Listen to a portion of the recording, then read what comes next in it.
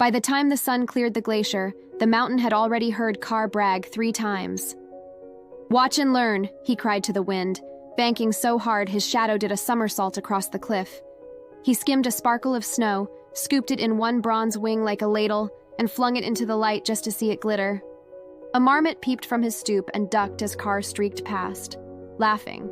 Yes, laughing. Because flying made him giddy, and because he liked to arrive everywhere with the fanfare of a thunderclap. Carr was the eagle who raced his echo, who signed his name on the sky in looping dives, who once snatched a shepherd-s cap and dropped it gently onto the shepherd-s dog, purely for the comedy of it. He could fold wind like paper, thread needles of air through pine needles of trees, and, if you asked him, he would tell you he was not only the master of the updraft, but also the inventor of it. When the ravens cawed rude remarks, he flipped upside down and winked at them with the audacity of a summer storm. He was quick, proud, hungry, and perfectly alive. He felt the day hum beneath him.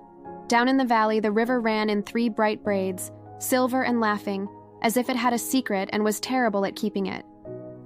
Carr tipped a wing and surfed a column of heat rising off a dark granite slab, shot up like an arrow loosed by the mountain itself, then leveled out against a blue so clean it made his heart jump. A young peregrine named Pip popped into the air beside him with the chaotic grace of a cork from a bottle. "You always start the day by threatening to blind the sun?" Pip chirped, bouncing in the wind. "Only on Tuesdays," Carr said, which was a joke because he did not care what day it was as long as it was flyable. "Rule 1, he lectured cheerfully, "you must cultivate style. Yes, speed matters, yes, talons matter, but style is the cinnamon on the roll." He showed off a lazy barrel roll that made Pip squeak, and 2 goats on a ledge applaud by accidentally clacking their horns together. Carr adored an audience on the ground almost as much as he adored the sky. He cultivated one, in fact. Sometimes he left souvenir feathers on high stones, a calling card for shepherd children, and he told himself a sort of tax for admiring him so openly. That habit, or hobby, or grand tradition, depending on how long Carr had been talking about it, had started one spring when a girl with freckles like spilled pepper had waved a red ribbon at him. The ribbon fluttered like a fish of fire. Carr circled low, curious. The girl laughed and tied the ribbon to a stick, then held it up like a flag. Carr, charmed by the color and by the way the child looked at him with eyes that did not measure him for a stew pot, plucked a small, loose feather from his breast and dropped it near her feet. When she lifted the feather and gasped as if she'd found treasure, Carr's chest swelled. After that, he became a collector and distributor of admiration. He left feathers on a cairn near the pass. He tucked one beneath a slate on a shepherd's hut. He nudged 2 into a crevice beside the chapel bell. He liked to imagine the stories that would hatch from them.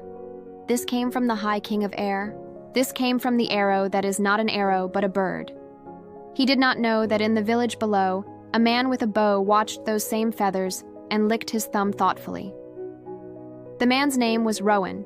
He was no villain. He had a patient wife, a son who whittled boats, a laugh like a popped cork. But he was, above all, practical.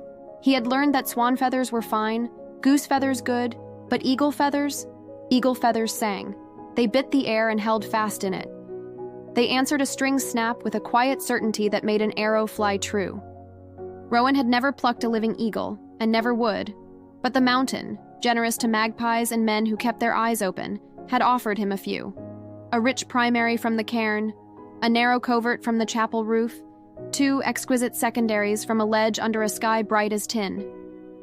Rowan thanked the luck he did not question, and fletched a 6 arrows with the Mountain King as cast-offs. He did not know the donor by name. He only knew his arrows whispered a little, as if they remembered the high cold places. Carr and Pip dropped to the meadows around noon because trout are slow then, and even a king must eat. Carr cut the seam between river light and river shadow, and lifted a wriggling, rainbow-streaked lunch so cleanly he hardly dripped.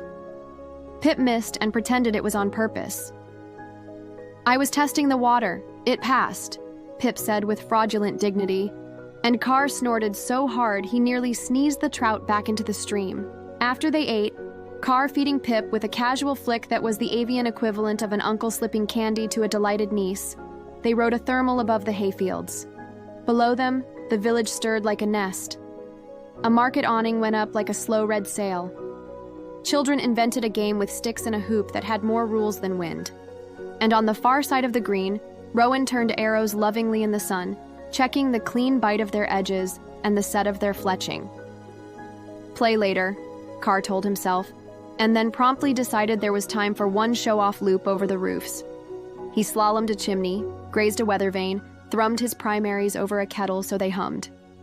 Pip buzzed his tail.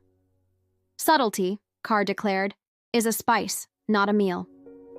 Rowan looked up, the way a man looks up at a sudden shadow that is beautiful enough to be dangerous. He did not lift his bow. He did not need to feed his family with eagles. There were fatter, lower things that made easier stews. But the archer's eyes, like the eagle's, could not help sketching angles in the air. He watched Carr carve the sky, and his fingers, without consultation, tested a bowstring to see whether the day's damp had touched it. Beside him, his son balanced a boat in the trough and said, "Would an arrow fletched with the king's own plume fly farther?" Rowan smiled without answering because the answer was in his quiver. The wind swung. A little weather strode out of the west with shoulders like anvils. The blue roofed itself in purple, and lightning stitched the cloud's hem. "Time to climb," Carr called, delight rising in him like heat off rock. Storms made him faster. Storms were companions that understood big gestures. He tilted toward the mountainside and lit the air with a sprint. Pip hesitated because common sense does not love thunder. "You don't dodge thunder," Carr shouted over his shoulder. "You befriend it." The first flung raindrops were large enough to have names. Carr threaded drops and edges, surfed the ridgeline, laughed into the boom as if he had told the sky a joke and it had finally gotten it. When the storm's fist opened into rain instead of rocks, he skimmed a field that had gone from hay to mirrors. He saw, in one of those mirrors of rainwater, something move that was not a cloud. A man, small, a bow lifted not toward him, but toward a brace of geese breaking low ahead of the weather. Carr would have flown on, all theater and thunder, except for the part of him that liked to be admired. He tipped a wing, leveled, and put himself between storm and village, etched across the world like a signature. You cannot hear a well-made arrow the way you hear a poorly made one. Poor arrows hiss their doubts. Good arrows murmur their certainty and arrive like decisions already taken. Rowan's first loosed clean and found goose.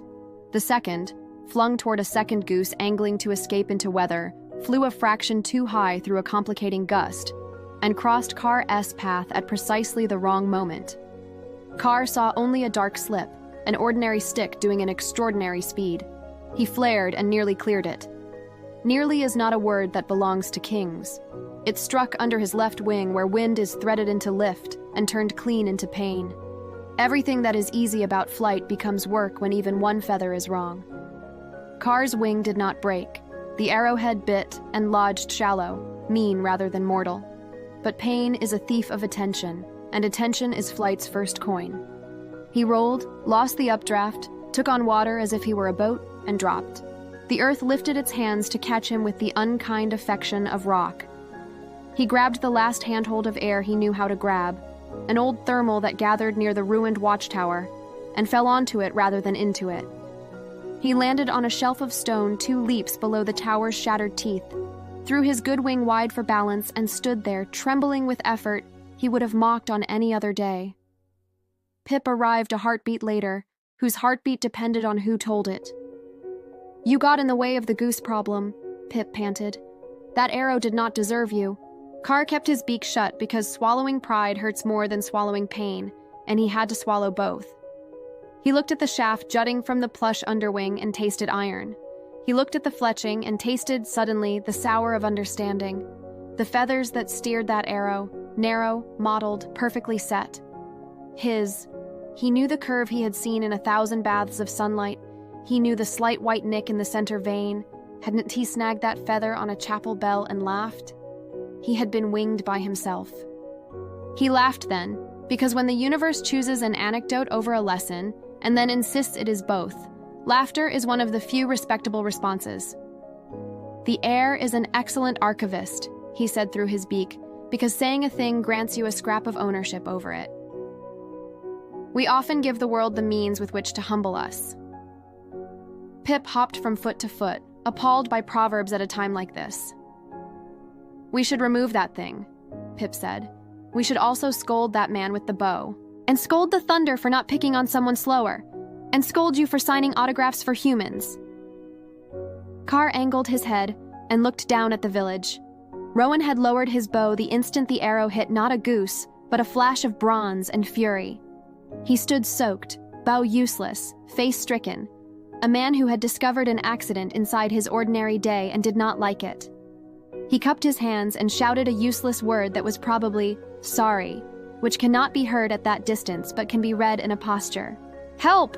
Car said, not loudly because kings do not shout for it, but plainly because kings are not fools. Pip slid close and, under Car's terse direction, braced the shaft against the rock. Car lowered his breast to the stone, took a breath like a cliff takes snow, and pushed his body forward so the rock steadied the arrowhead and the wing slid backward off it. The mountain was kind enough to give him something to bite, an old root tough as an oath. He crushed it, tasted old earth and older rain, and snarled only a little as the metal came free. Blood came, as blood insists on doing. The rain washed it into a thin pink line that the rock will remember longer than anyone. He held his wing half open and let wind do what wind does best, mend what it can by touching it constantly. They waited. The storm finished its sentence. The mountain held a clean, wet breath. Car tested the joint, tested it again, dared a small lift and a larger wish. Pip, who had not sat still long enough in his life to learn prayer, invented one on the spot and offered it to whoever managed thermals. "No more autographs," Pip blurted when Car flexed with only a wince. "No more leaving pieces of yourself for anyone to pick up and fashion into anything." Car did not answer immediately. He watched Rowan wade into the flooded edge of the green to retrieve the arrow he had not meant to spend on an eagle. He watched the man hold it in both hands, look at the fletching as if seeing a translation of something he had not intended to say, and break the shaft cleanly in two. The gesture was small and very human, and, in the way of the world, reached the shelf of rock without crossing the air at all. "I am made of wind and attention," Car said at last, "and sometimes attention spills. But perhaps I'll be more careful whose hands I fill. Perhaps I will autograph the sky in a way that does not leave souvenirs." He peeled himself off the stone the way a page peels off a wet pane, opened both wings, stifled the curse that tried to be larger than his beak, and lifted. Pain was there, so was strength, and between them lay the quiet, practical miracle that is a spine remembering what to do. The shelf dropped, the tower tipped back. The world made room and the air welcomed him like a song he'd forgotten he knew the second verse to. They climbed. Pip babbled apologies, the wind tore into confetti. Car answered with a once-in-a-lifetime vow delivered in a tone half grand, half wry. "Fewer souvenirs," he told the blue. "Fewer assumptions that admiring eyes are friendly hands." It was not a promise to be smaller. No one who has ridden the ridge of a storm learns that trick. But it was a promise to be kinder to himself and less generous to the possibility of becoming someone else's instrument. He turned once over the valley and found Rowan's small face tipped up, the man shading his eyes with his palm, the way sailors shade their eyes for a shore they hope they reach. Car made a shallow dip that was not quite a nod and not quite forgiveness and exactly enough. They flew long that afternoon because the body needs proof after fear, and proof for eagles is flight. Mountains unscrolled like a length of embroidered silk. Glaciers stitched in white, forests stitched in dark, rivers stitched in silver laughter. Pip regained his cockiness in stages, each marked by an ill-advised stunt that Car let slide, because that is the tuition of youth. Once, above a field turned gold and then greener again, Car caught a small current that felt like gratitude. The mountains, the winds, the days. And let it carry him with no tricks at all. He thought about how easy it had been to think his shed feathers were harmless footprints. He thought about how rarely we imagine the ways our cast-offs can be sharpened. He thought, with humor that had survived better than his wing, that the story would sound excellent. The king of the sky shot by the king of his own vanity and still flying. When the sun bent low and the glacier threw long, blue shadows that smelled faintly of mint, Car and Pip drifted back toward the roost. The goats clicked and the marmot scolded, and the ravens, irrepressible, asked whether he'd finally learned the subtlety he had slandered. "I'm cultivating the spice," Carr said, settling into the rock with a care that would have embarrassed him yesterday. He tucked his head under his good wing, not to hide, but to rest where warmth collects. Pip tucked into him like punctuation. Far below, the chapel bell took a breath and decided against ringing. Far above, the first pin of a star pushed through the dusk. Between them, Carr smiled invisibly in the dark, a creature who had been a weapon and remained, stubbornly, a song. He planned tomorrow's route with less swagger and more map, and he held his own feathers like something that belonged to him again. Gift when he chose shield when he needed, and never again the fletching on an arrow he did not aim.